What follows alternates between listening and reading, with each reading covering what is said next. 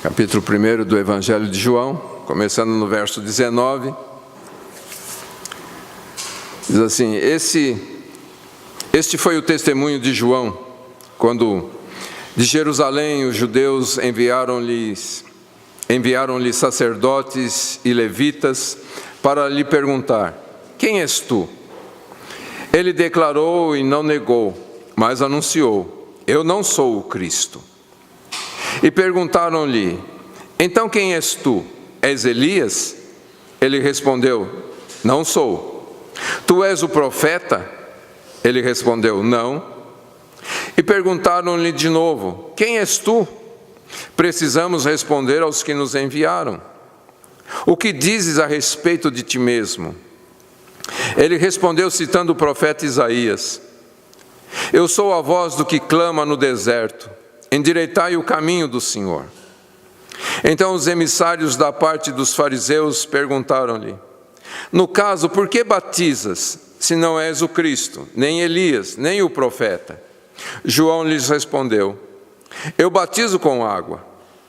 No meio de vós está alguém a quem não conheceis, aquele que vem depois de mim, e de quem não sou digno de desamarrar as correias das sandálias. Estas coisas aconteceram em Betânia, do outro lado do Jordão, onde João estava batizando. Amém, queridos? Vamos orar. Pai querido, em nome de Jesus, após lermos a Tua palavra, Senhor, nós desejamos que o Teu Santo Espírito venha ministrar a Tua palavra no nosso coração. Senhor, nos dê o ensino revelado das Escrituras. Abre o nosso entendimento e dá-nos a conhecer a Tua santa palavra. Deixe-nos Te conhecer, ó Deus. Deixe-nos Te conhecer melhor o Teu Filho Jesus. E que a Tua palavra transforme os nossos corações e nos torne semelhante a Ele. Nós oramos no nome santo de Jesus e Te damos graças. Amém. Amém, queridos. Vamos então estudar esse texto aqui. E a primeira frase aqui diz: Este foi o testemunho de João. Então na semana passada nós vimos lá nos versos 6 ao 8 e também no verso 15, que ali estava mostrando o propósito do ministério de João. Ali o texto diz que ele veio como testemunha. Ele veio a fim de dar testemunho da luz. Na verdade, isto quer dizer que João veio com o propósito de chamar a atenção de todas as pessoas para a verdadeira luz, que é o Senhor Jesus. E o objetivo de João era mostrar Jesus como a pessoa para quem todos devem olhar. Jesus deve ser o objeto da nossa fé, da fé de toda a humanidade. Então, já havia sido dito isto lá nos versos anteriores, e agora nós temos um relato do próprio João, dando testemunho a respeito de Jesus. Um testemunho mais detalhado que João dá para essas pessoas que são enviadas a ele. É uma comitiva, provavelmente formada pelo Sinédrio, que envia essas pessoas para questionar João a respeito de quem ele era e daquilo que ele estava fazendo. Então, o testemunho de João, ele mostra primeiramente, embora não está claro aqui, mas vai ficar claro lá nos versos 31 ao 34, que a gente ainda vai estudar, que João estava simplesmente obedecendo ao chamado de Deus na sua vida. O que ele estava fazendo é o que Deus havia mandado. Quem ele era, na verdade, pouco importava. O que importava mesmo é que ele estava fazendo aquilo que o Senhor havia mandado ele fazer. Amém, queridos? João, ele tinha, quando a gente lê, não aqui, mas nos outros evangelhos, que dá mais detalhes da mensagem e da pregação de João, daqui a pouco a gente vai ver algumas coisas também, Mas a gente observa que João, ele tinha um modo muito rígido de viver neste mundo. Ele tinha um caráter inflexível, né? E a sua pregação era muito dura. Tem gente que acha que a nossa mensagem é dura demais, mas a de João era realmente muito dura, e ele enfatizava que todas as pessoas, sem exceção, precisavam de um completo arrependimento e de uma purificação em seus corações. E esta mensagem, então, era simbolizada através do batismo. O que João exigia por parte de Deus, não por dele mesmo, era que as pessoas tivessem uma atitude de arrependimento e uma purificação em seus corações. E a pessoa que aceitava essa mensagem, então, era batizada por João, ok? E essa forma de João anunciar o Evangelho, anunciar a mensagem de Deus, essa rigidez, esse modo de vida que ele tinha, é que chamou a atenção de todas as pessoas, porque causou um impacto muito grande em toda a região. A gente vê, por exemplo, lá em Marcos capítulo 1, no verso 5, diz assim: todos os da terra da Judéia e todos os moradores de Jerusalém dirigiam-se a ele e eram batizados por ele no Rio Jordão, confessando seus pecados. Então veja que a mensagem de João se espalhou de uma forma muito grande, que diz aqui: todos da terra da Judéia e todos os moradores de Jerusalém. Então, João tinha uma mensagem muito forte, muito impactante, e isso se espalhou e então chamou a atenção das autoridades de Israel, né? E então o texto diz, continuando aí, quando de Jerusalém, os judeus enviaram-lhe sacerdotes e levitas.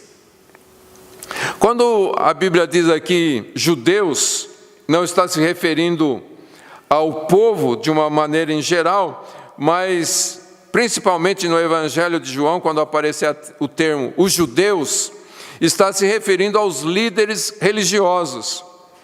Esses líderes que de uma forma muito forte se opuseram ao ministério de Jesus, porque nunca entenderam o ministério de Jesus.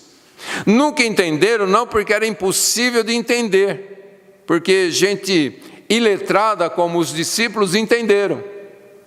E as autoridades de Israel, os líderes religiosos, aqueles que viviam expondo as Escrituras, eles não entenderam, porque não quiseram, porque sentiram na mensagem de Jesus uma ameaça à posição que eles ocupavam. E então, por fim, a gente vai ver lá no final dos evangelhos que eles procuraram a morte de Jesus.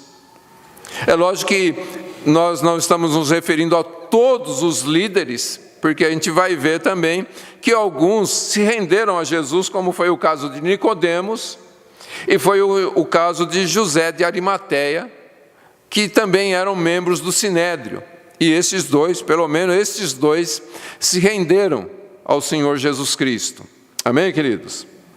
Agora, nesse caso aqui, que o Sinédrio, vocês sabem o que era, né?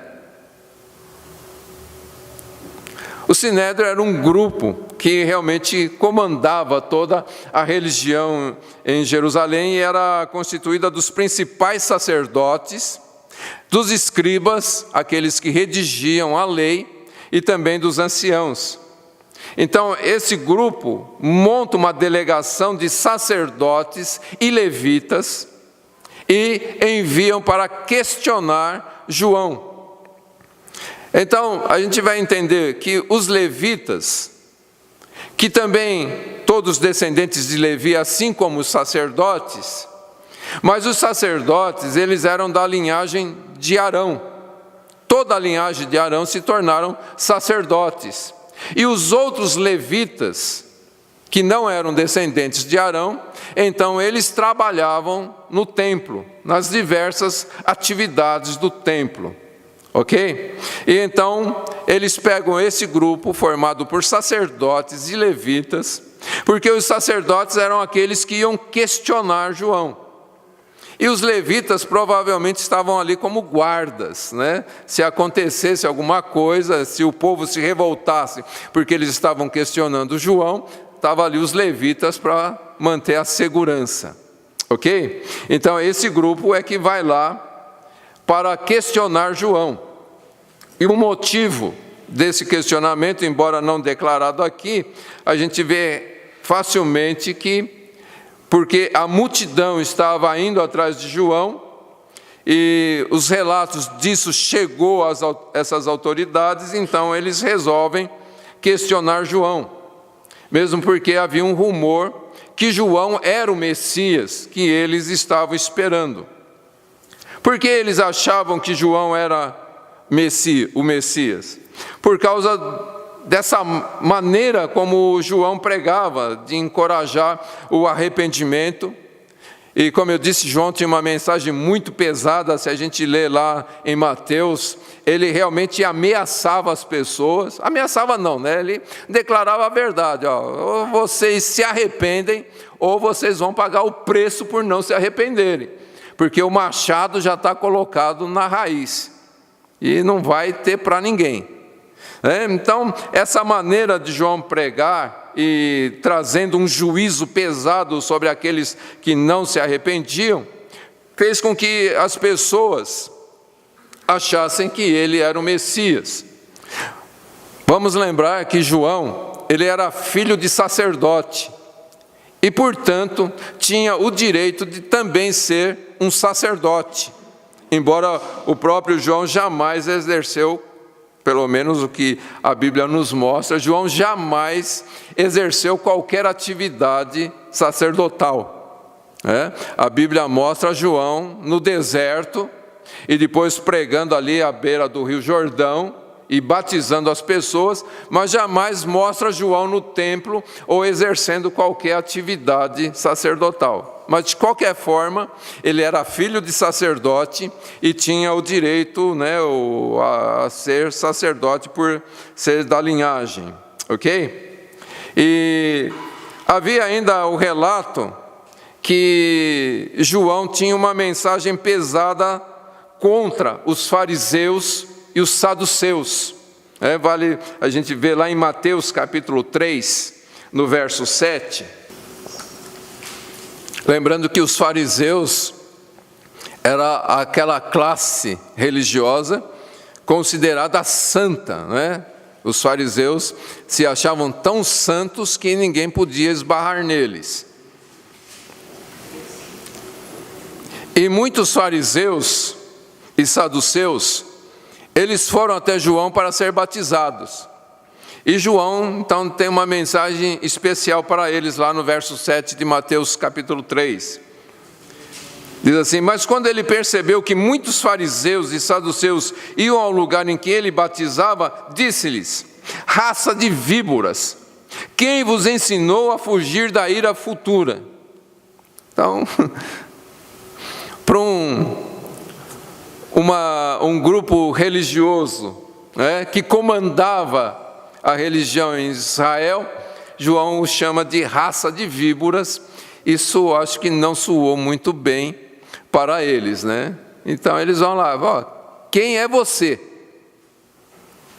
E outra coisa que incomodou muito na mensagem de João é que ele batizava os judeus, mostrando que, mesmo sendo filhos de Abraão, eles precisavam de arrependimento e purificação dos seus pecados. Por quê? Porque o batismo na época era só para aqueles que se convertiam, gentios, que se convertiam ao judaísmo. Então eles eram batizados. E também havia um grupo de pessoas que interpretava de uma forma errada umas palavras de Ezequiel, daqui a pouco a gente lê, e essas pessoas também eram batizadas. Mas judeu nunca era batizado, porque judeu os filhos de Abraão se consideravam todos povo de Deus, todo mundo santo, né? E que não precisavam de mais nada. E João chega dizendo que não, que todos têm que se arrepender dos seus pecados, e todos deviam se batizar nas águas, para receber a purificação dos seus pecados. E isso realmente incomodou os líderes religiosos, ok?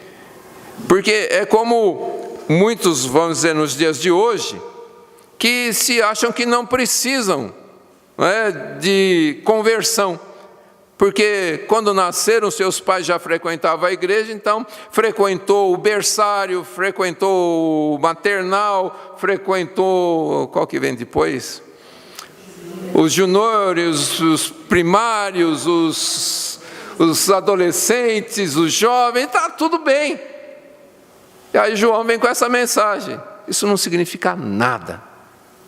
Não importa se você é judeu, descendente de Abraão, filho de Abraão, você tem que se arrepender dos seus pecados, você tem que se converter a Cristo, você tem que abandonar os seus maus caminhos e ser purificado pelo precioso sangue do Cordeiro de Deus. Caso contrário, o machado está colocado na raiz, não tem para ninguém. E essa mensagem então realmente incomodou as pessoas, né? A gente leu o verso 7, lá de Mateus 3, e os versos 8 ao 10 diz assim, João dizendo para eles: produzi fruto próprio de arrependimento. Não fiqueis dizendo a vós mesmos, Abraão é nosso pai. Eu vos digo que até dessas pedras Deus pode dar filhos a Abraão. E o machado já está posto à raiz das árvores. Aquele que não produzir bom fruto será cortado e lançado no fogo. Então, queridos, esta é a mensagem do Evangelho. Lembre-se que João veio preparando o caminho para Jesus. E quando Jesus começou o seu ministério, sua primeira mensagem foi: arrependei-vos, porque é chegado a vós o reino de Deus. Quando Pedro pega o seu primeiro sermão, após a morte e ressurreição de Jesus, e ele prega para os judeus, e ele prega o quê? Arrependei-vos, porque é chegado a vós o reino de Deus. Então, queridos, esta é a mensagem do Evangelho. Amém? Não importa quem você é, não importa se você é bonzinho, se você não faz mal para ninguém, se você não tem vício, não importa. A mensagem do Evangelho é: arrependei-vos.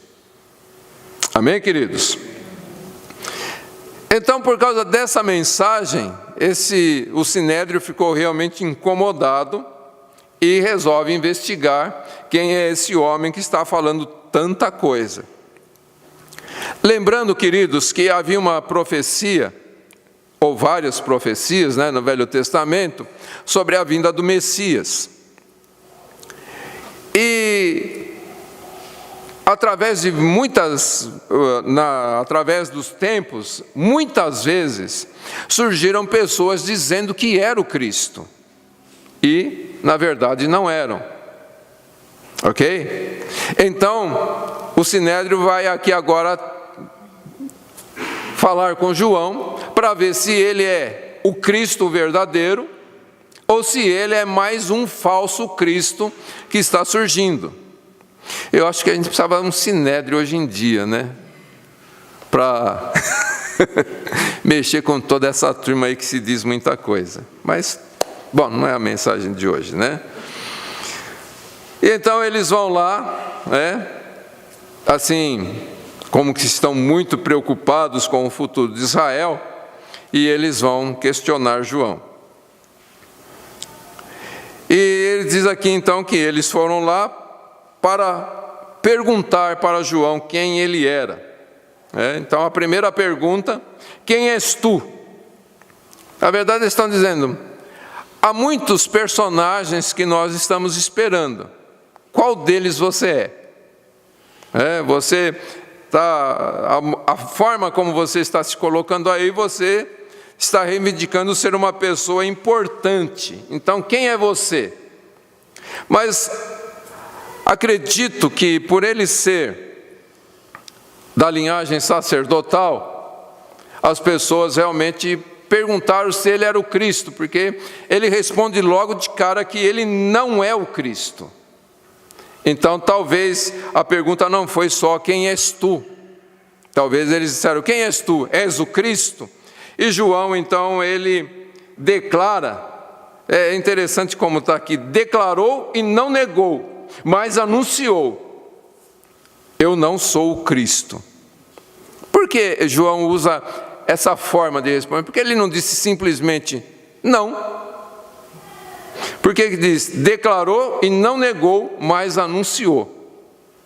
Lembre-se que João veio para ser o quê? Testemunha. Então, nas palavras de João, ele dá uma explicação que ele não é o Cristo, mas ele veio para dar testemunho do Cristo. Amém, queridos? Então, João está mostrando que ele não é quem eles pensavam, mas que o verdadeiro Cristo já estava no meio deles. Ele vai ser bem enfático sobre isso mais tarde. Então vem a segunda pergunta, né? Então quem és tu? És Elias? E ele vai responder que não. Agora aqui cabe a gente estudar algumas coisas interessantes, porque a Bíblia mostra claramente que João veio no espírito e no poder de Elias. Isso está lá em Lucas capítulo 1, verso 17. Que João veio no espírito e no poder de Elias. E o próprio Jesus, lá em Mateus capítulo 17, verso 12, declarou para os discípulos que João era o Elias que havia de vir. Ok? Então, por que João diz que ele não é Elias? Porque havia uma interpretação errada a respeito do texto de Malaquias, Malaquias capítulo 4, verso 5. Diz assim, eu vos enviarei o profeta Elias, antes que venha o grande e temível dia do Senhor. Por que eles interpretavam de uma forma errada? Eles achavam que porque Elias havia sido arrebatado naquela carruagem de fogo, Elias não passou pela morte. Então eles achavam que aquele Elias que tinha vivido tantos anos antes é que ia vir. Ok? Outros achavam que aquele Elias realmente tinha morrido já há tantos anos, né? Mas que ele ia reencarnar. Então essa história de reencarnação não é nova, né? Já tinha gente lá naquela época que acreditava na reencarnação. Então quando João ouve a pergunta, tu és Elias? Ele falou, esse Elias que vocês estão esperando, eu não sou. Eu não sou aquele que foi arrebatado na carruagem de fogo, e eu não estou reencarnando não, eu sou o João, eu não sou aquele Elias que vocês estão esperando. Ok, queridos? Apesar de João se vestir da mesma forma que Elias, né? Aquela roupa de pele de animal cingindo com um cinto, igual Elias vestia, João vestia igual, e então deve ser aquele. Não, João diz, eu não sou aquele. Ok, queridos? Deu para entender essa questão?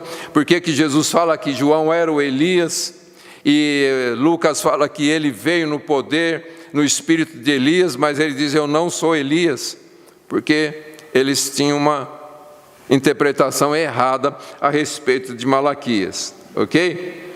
Então João responde, não, eu não sou. E então vem a terceira pergunta, né? Tu és o profeta? De que profeta eles estavam se referindo? Ao que Moisés havia dito lá em Deuteronômio capítulo 18, verso 15. Lá diz assim, Moisés está dizendo: o Senhor teu Deus levantará um profeta semelhante a mim no meio de ti, dentre teus irmãos, a ele ouvirás. Ok? Então, essa profecia de Moisés era interpretada de duas maneiras. Alguns achavam que o profeta se referia a um precursor de Jesus, do Messias. E outros achavam que o profeta aqui falado por Moisés era o próprio Messias. Ok? Agora, a interpretação verdadeira é que o profeta que Moisés se refere é o Messias. Porque ele diz assim: o Senhor teu Deus levantará um profeta semelhante a mim no meio de ti. Semelhante em que sentido? Aquele que vai libertar o povo. Assim como Moisés libertou o povo de Israel da servidão do Egito, o Messias iria libertar o povo da escravidão do pecado.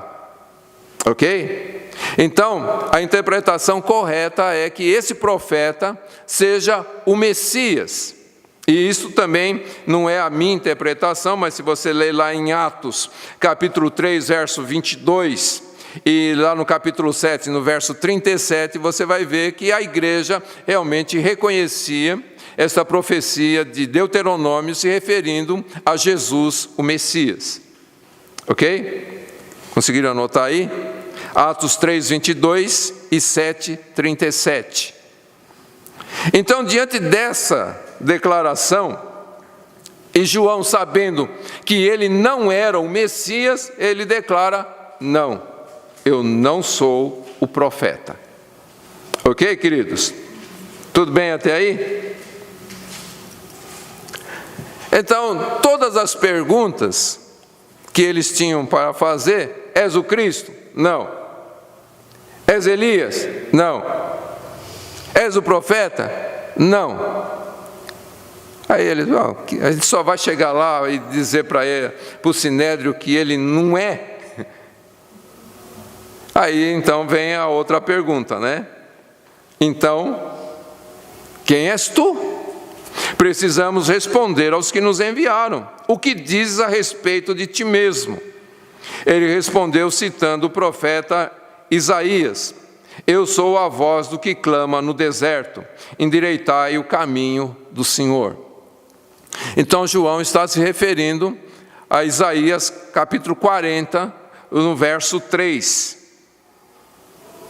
Então, o que é dito aqui agora por João Batista, é dito sobre ele nos outros evangelhos. Se você ler lá Mateus capítulo 3, verso 3, Marcos capítulo 1, verso 3 e Lucas capítulo 3, verso 4, você vai ver que todos os evangelistas falam a respeito de João estas palavras, que ele era a voz do que clama no deserto. Ok? Agora, essa declaração de João, eu sou a voz do que clama no deserto, ela tem um sentido duplo.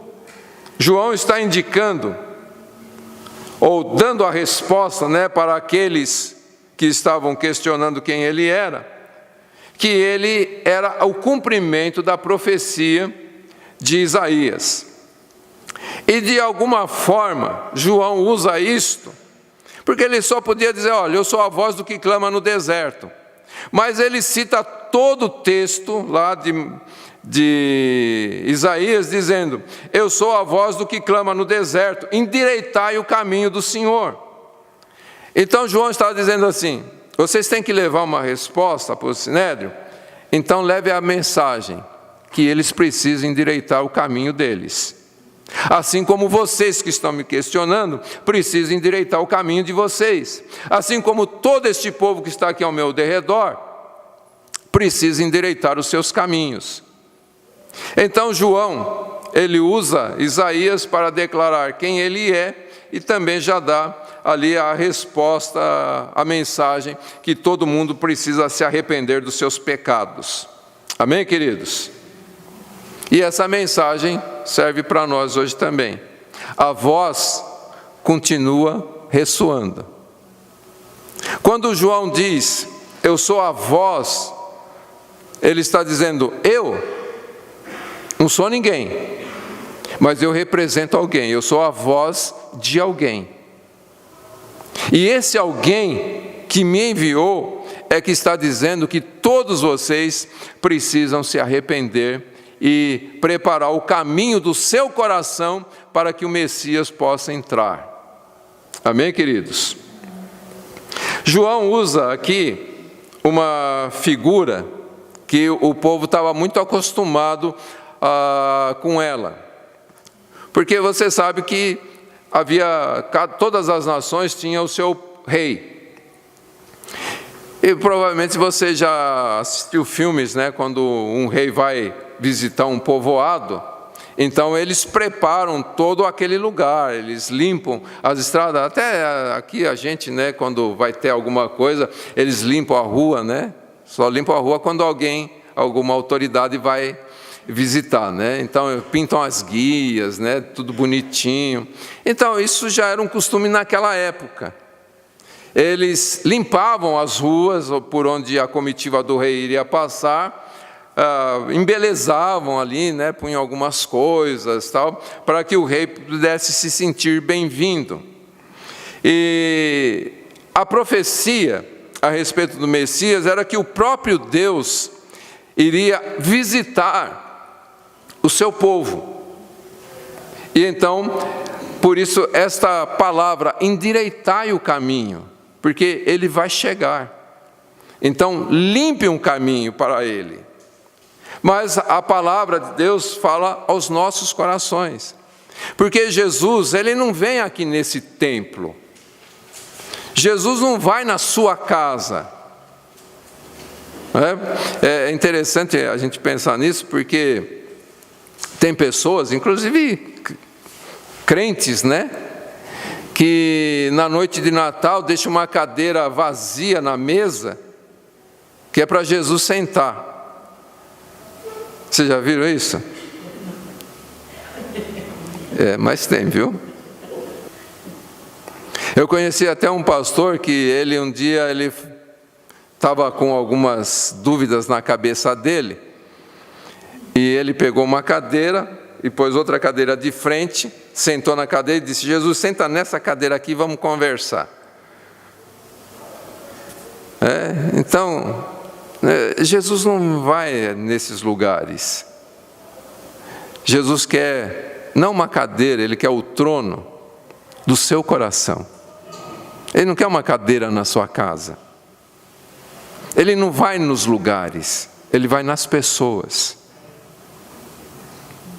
Então, a mensagem de João era essa: limpe o seu coração, para que o Messias possa entrar na sua vida. Amém, queridos?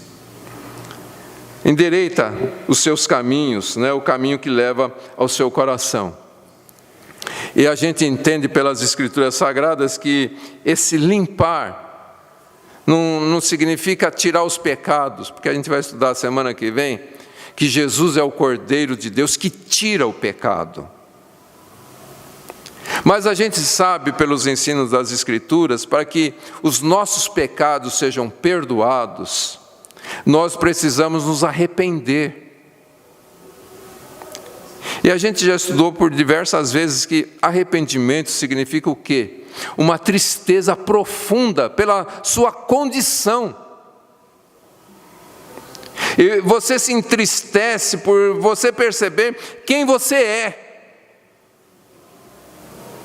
E nessa angústia do seu coração por perceber quem você é, e quando você realmente sabe quem você é, você vai descobrir que você é um ser totalmente depravado, uma natureza caída, voltada para o pecado, voltada para o erro. E você se entristece por ser isso. E nessa tristeza você clama ao Senhor por perdão. E é assim que você prepara o caminho para que o Senhor venha. E então Ele vai tirar o pecado da sua vida. Amém, queridos? Isso mostra o quê? Que aquelas pessoas que dizem: eu sou muito ruim para ir para a igreja, eu preciso melhorar a minha vida, eu preciso abandonar os meus pecados para ir para a igreja. Você nunca vai fazer isto. A única coisa que você pode fazer é sentir tristeza pela sua condição de vida. E aí então você prepara o caminho para Jesus vir e tirar o pecado da sua vida. Amém, queridos? Lembrando também que a gente não se arrepende porque a gente quer. A Bíblia diz que o próprio Espírito de Deus vai gerar essa tristeza no nosso coração, que vai nos conduzir ao arrependimento. Então, tanto o arrependimento quanto a salvação é fruto da graça de Deus. Amém, queridos? Então, voltando aqui para João. João diz que ele é apenas uma voz que está clamando, e quem tem ouvidos que ouça esta ordem de arrependimento, essa ordem que vem não de João, mas daquele que está falando através de João. Amém, queridos? Ok? Diante dessa resposta de João, então eles vão dizer o seguinte: então os emissários da parte dos fariseus perguntaram-lhe: neste caso, por que batizas, se não és o Cristo, nem Elias, nem o profeta? Parece que eles não entenderam nada, né? João está dizendo quem ele é e por que ele está fazendo o que está fazendo. Que ele é uma voz clamando para que as pessoas consertem as suas vidas. Mas eles vão questionar: peraí, você não é o Cristo, você não é o Elias, você não é o profeta, então por que você está batizando? Isso nos leva, queridos, a pensar em outra coisa aqui. Porque o texto diz que quem fala agora são os emissários da parte dos fariseus. É interessante, né? Porque o sinédrio não era composto por fariseus. O sinédrio era composto pelos sacerdotes, pelos saduceus e pelos anciãos de Israel, e não dos fariseus. Então, o que nos leva a pensar que provavelmente havia alguns fariseus que estavam interessados ali também em saber quem era João Batista. Ok? Porque os saduceus que compunham, eu falei isso outro dia, os saduceus que compunham o sinédrio, não era bem uma classe religiosa. Se a gente os chamar de classe religiosa, era aquela classe muito liberal, né? Que estava mais voltada para as coisas desta vida do que para as coisas espirituais, né? Então a gente vê que tem muito saduceu hoje também pregando o evangelho, né? Que só pensa nas coisas desta vida, só prega prosperidade e bem-estar nessa terra e esquece de pregar a mensagem do arrependimento. E os saduceus eram essa turma aí, né? Eram os liberais daquela época.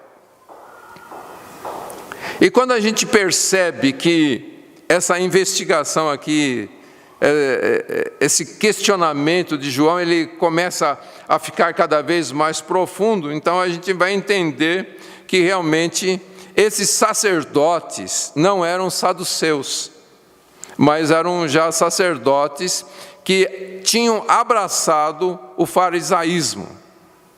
Ok? Por que é importante a gente pensar isso?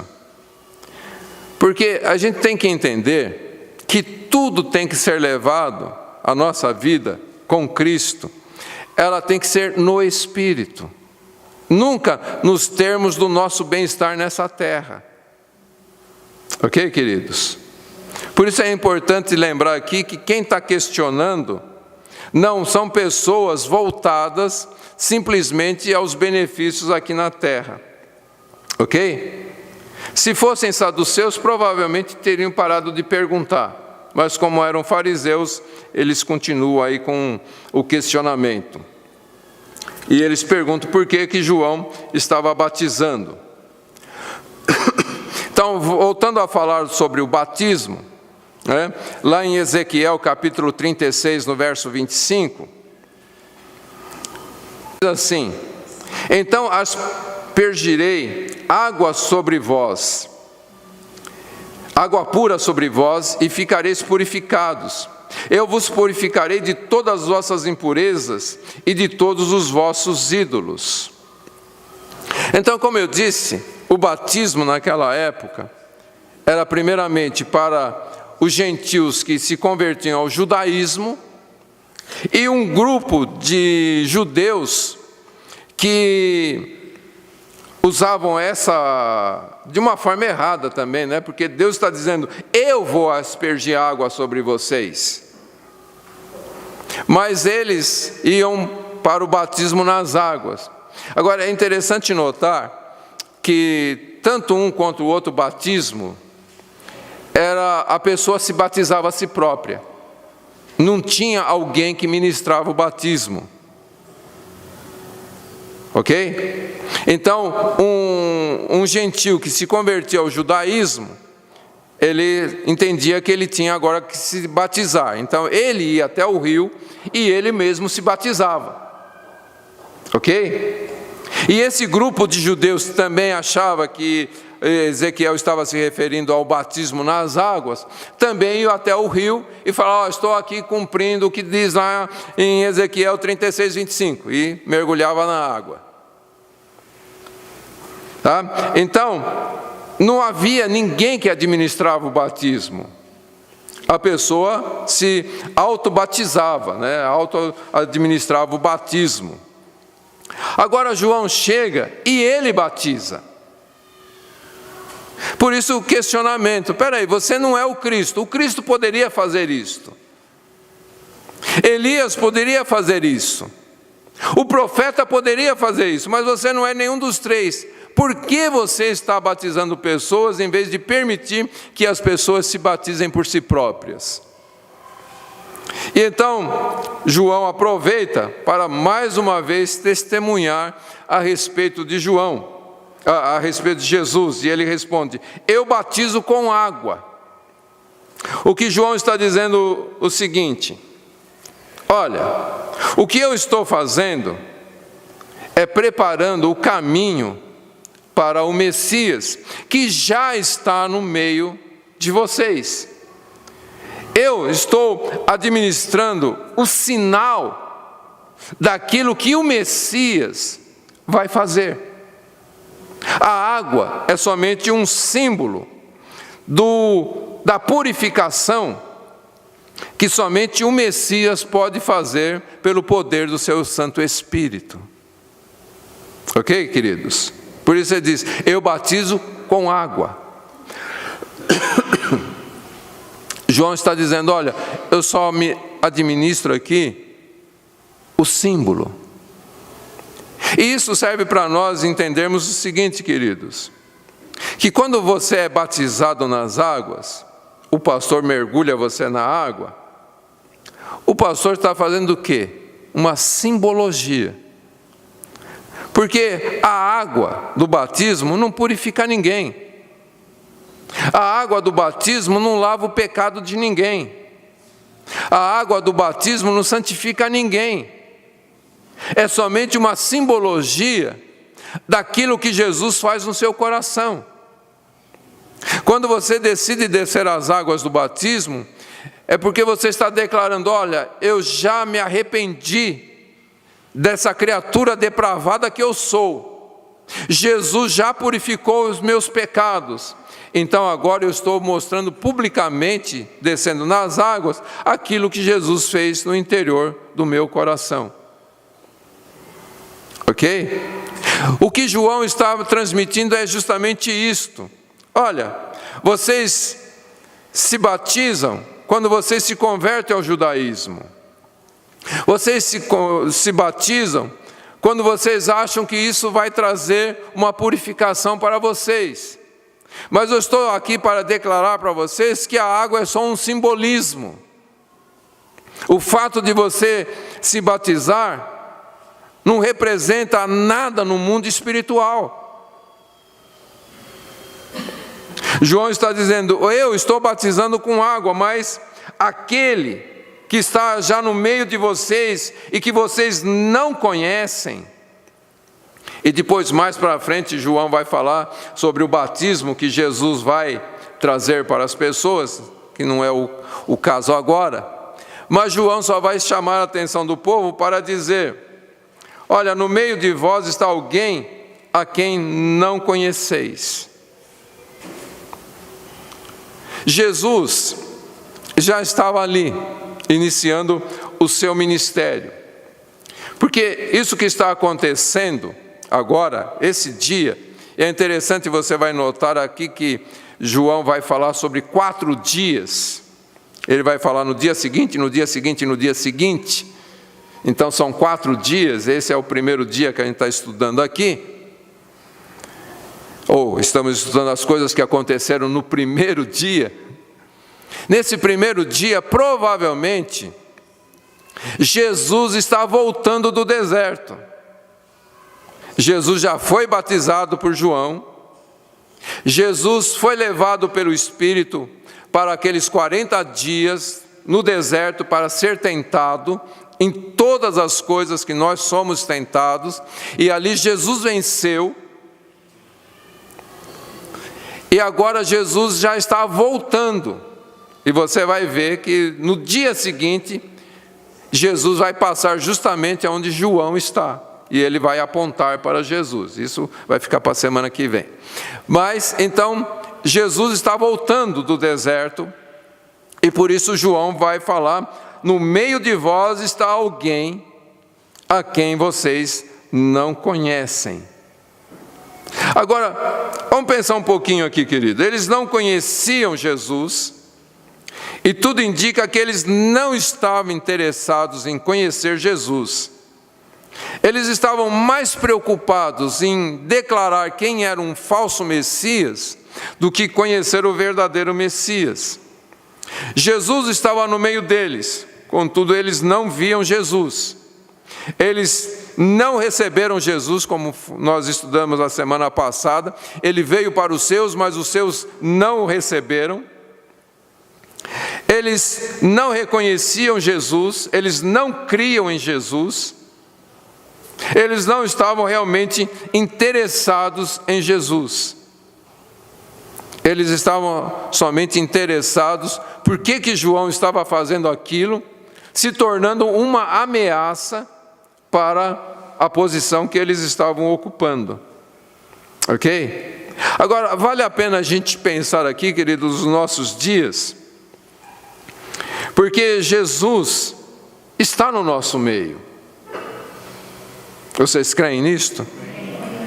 Jesus está no nosso meio. Agora, quantos conseguem enxergar Jesus em nosso meio? E quantos realmente conhecem Jesus? E quantos realmente creem em Jesus? Quantos realmente estão ouvindo o que Jesus está falando? Talvez se João estivesse exercendo o seu ministério hoje, ele ia pregar a mesma mensagem. Está no vosso meio alguém que vocês não conhecem. Embora ele está aqui, a maioria das pessoas não o conhecem. Se a gente pensar em termos mais gerais, né? Jesus está passando no meio de muitas igrejas. De acordo com Apocalipse, Jesus está batendo na porta de algumas igrejas, pedindo para entrar. Jesus está passando pelas comunidades e a grande maioria das pessoas não tem olhos para ver Jesus, não tem ouvidos para ouvir Jesus. Parece que no meio do povo, chamado povo de Deus, está um espírito de dormência. Parece que as pessoas estão como que adormecidas e não conseguem entender a mensagem simples do Evangelho, que é: arrependei-vos e prepara o seu coração para Ele entrar e reinar. E se a gente pensar já em termos da volta de Jesus, queridos, quantos estão realmente preparando seus corações para a volta do Senhor? Quantos estão pensando que Jesus pode ainda voltar hoje? Estão se preparando para se encontrar com Ele hoje? Então parece que a mensagem de João continua ressoando. Está no meio de vós alguém que vocês não conseguem entender, não conseguem conhecer. Amém, queridos? João, então, ele fala: quem é esse glorioso ser que está no meio das pessoas e que eles não conseguem entender? E João vai usar a si próprio para mostrar o quão Jesus é glorioso, quando ele diz: aquele que vem depois de mim, de quem não sou digno de desamarrar as correias das sandálias. Nessas palavras a gente vai perceber a extraordinária humildade deste homem. Porque naquela época, os discípulos, e João se declara aqui um discípulo de Jesus, os discípulos eram aqueles que faziam de tudo para os seus senhores, para os seus líderes, né? E o aprendiz, ele se colocava ao lado do seu mestre como um verdadeiro servo, para servir o seu mestre em todas as coisas. A única coisa que um discípulo não fazia era justamente desamarrar as sandálias do seu mestre, porque isso era feito pelo mais vil escravo da casa, que desamarrava as sandálias e lavava os pés da pessoa. E João, ele chega ao ponto de dizer: olha, eu não sou digno de fazer o que o escravo mais vil de uma casa faz, diante da glória que ele tem, diante de quem ele é, nem o serviço mais vil eu sou digno de prestar para ele.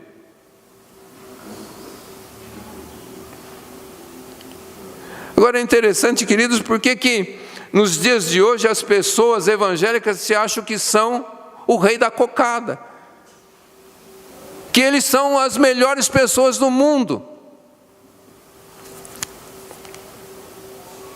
O fato de Jesus nos salvar não significa que nós nos tornamos as melhores pessoas do mundo. Nós continuamos sendo pessoas indignas, indignas da presença dEle. Essa gente que chega aí, você tem que encostar Deus na parede e exigir dEle que Ele cumpra as suas promessas. Ninguém tem o direito de exigir nada, porque diante dEle nós não somos melhores que o escravo mais vil de uma casa. João diz: eu não sou digno de desamarrar as sandálias dele. Eu não sou nada. Eu sou somente alguém que ele está usando a voz para transmitir uma mensagem. Essa turma que faz exigência de ser respeitado como apóstolo, como patriarca, como isso, como aquilo, de ser tratado como uma autoridade. Gente, nós não somos nada.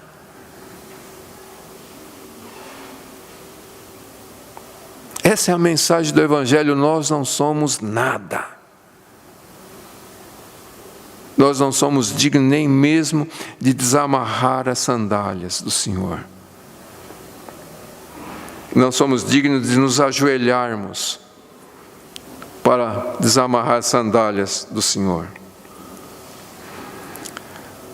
Agora, é interessante a gente notar, né? João se coloca nessa posição. Mas veja o que Jesus fala a respeito de João em Mateus capítulo 11, no verso 11. Mateus capítulo 11, verso 11 diz assim, Jesus está dizendo: em verdade vos digo, que entre os nascidos de mulher, não surgiu outro maior que João Batista. Mas o menor no reino do céu é maior do que ele.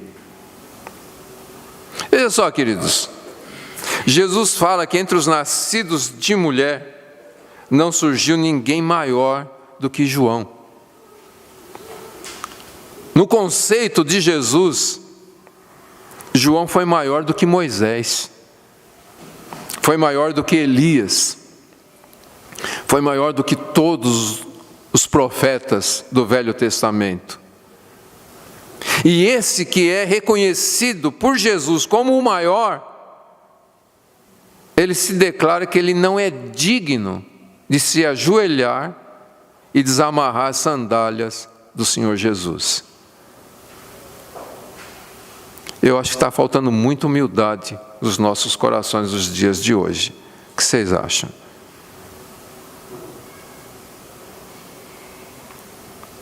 Agora Jesus diz, mas o menor no reino do céu é maior do que ele.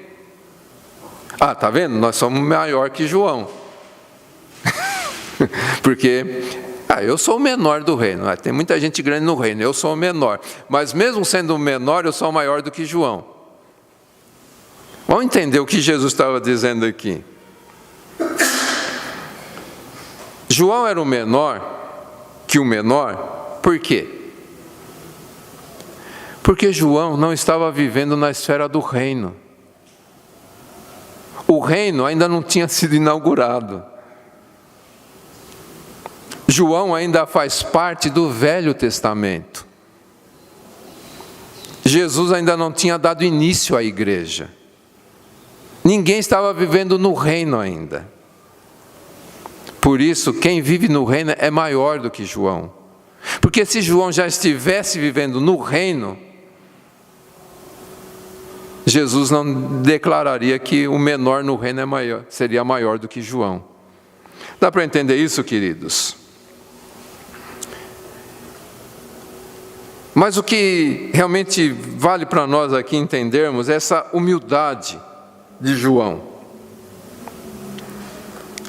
E se a gente olhar para as Escrituras e olhar para toda a história da igreja, a gente vai notar que os homens mais notáveis na história foram aqueles que tiveram um espírito semelhante ao de João Batista, aqueles que realmente se cingiram de humildade. E a humildade, queridos, é algo do coração, que entende quem somos nós em relação a Deus. Quer ver? Vamos ver mais alguns versículos aqui. Na primeira carta de Pedro, capítulo 5, no verso 6, diz assim: portanto, humilhai-vos sob a poderosa mão de Deus, para que Ele, a seu tempo, vos exalte.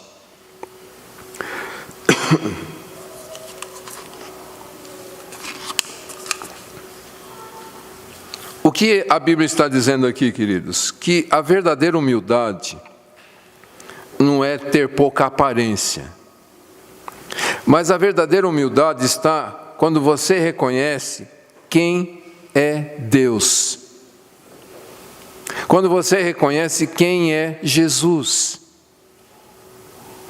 E ele fala então, portanto, humilhai-vos sob a poderosa mão de Deus. Veja quem é Deus e quem é você em relação a Deus. Davi, quando pensou isto, ele disse lá no Salmo 8, quem é o homem para que dele te lembres? Queridos, que direito temos nós de exigir qualquer coisa de Deus?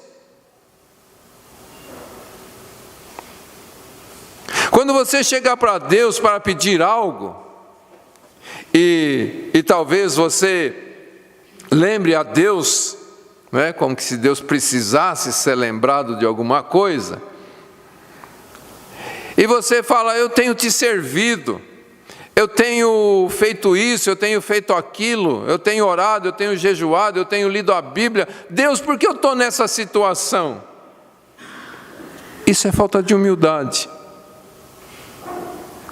Porque a verdadeira humildade nos leva a reconhecer que nós somos totalmente indignos de qualquer coisa. Deus não está em débito nenhum com ninguém. Deus é o Senhor soberano sobre todas as coisas. E nós só estamos aqui porque a graça dele nos alcançou.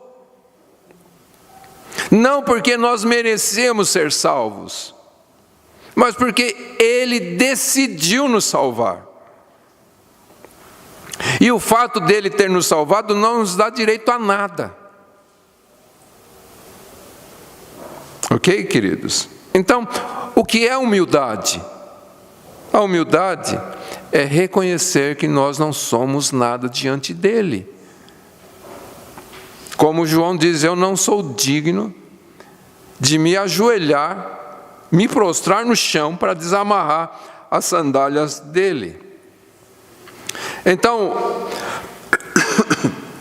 o verdadeiro humilde é aquele que não busca uma glória para si mesmo, mas tudo que ele faz tem como alvo glorificar o nome do Senhor. O verdadeiro humilde é aquele que entende que a sua função nesta terra é exaltar o Senhor e anunciá-lo para todas as pessoas. São aqueles que, a exemplo de João, estão dizendo: é necessário que eu diminua para que ele apareça. O verdadeiro humilde é aqueles que não querem ser nada, para que Cristo seja tudo e que Cristo possa receber toda a honra. E estes então receberão da parte de Deus o louvor. Quando Pedro diz: portanto, humilhai-vos sob a poderosa mão de Deus, para que ele a seu tempo vos exalte. Sabe, você não precisa ser exaltado de nada. Você não precisa dizer: olha o que eu fiz, olha, eu falei, eu fiz. Querido, deixa Deus testemunhar a teu respeito. João chega e diz: eu não sou digno de fazer o serviço mais vil para ele. Aí Jesus vira para a multidão e diz: olha, ele é o maior de todos os profetas. É isso que vale a pena, queridos. É a gente reconhecer que não é nada e chegar naquele dia diante dele e ele dizer: vinde benditos de meu Pai. Dá para entender isso, queridos? Lá em Lucas capítulo 14, o próprio Jesus fala sobre isto. Lucas capítulo 14, no verso 11.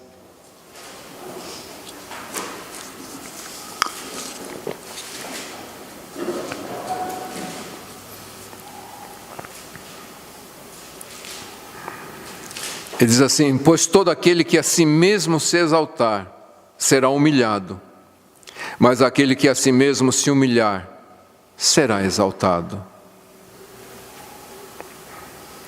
Amém, queridos? Então nós estamos aqui diante do testemunho de João. E esse homem, como eu já disse, que Jesus declara que entre os nascidos de mulher, ninguém foi maior do que ele.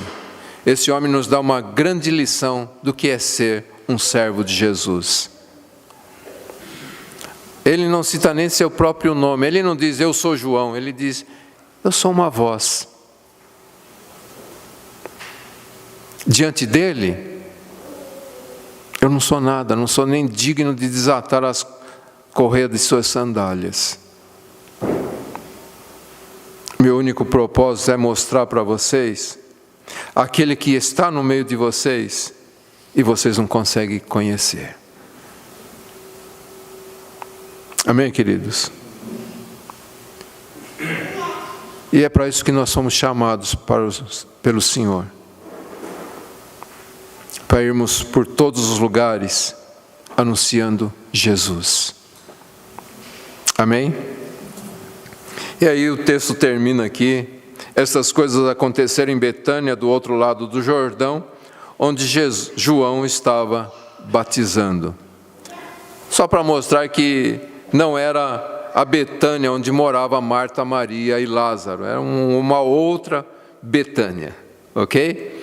E era lá que João estava ministrando o batismo nas águas e chamando as pessoas para o arrependimento. Amém, queridos?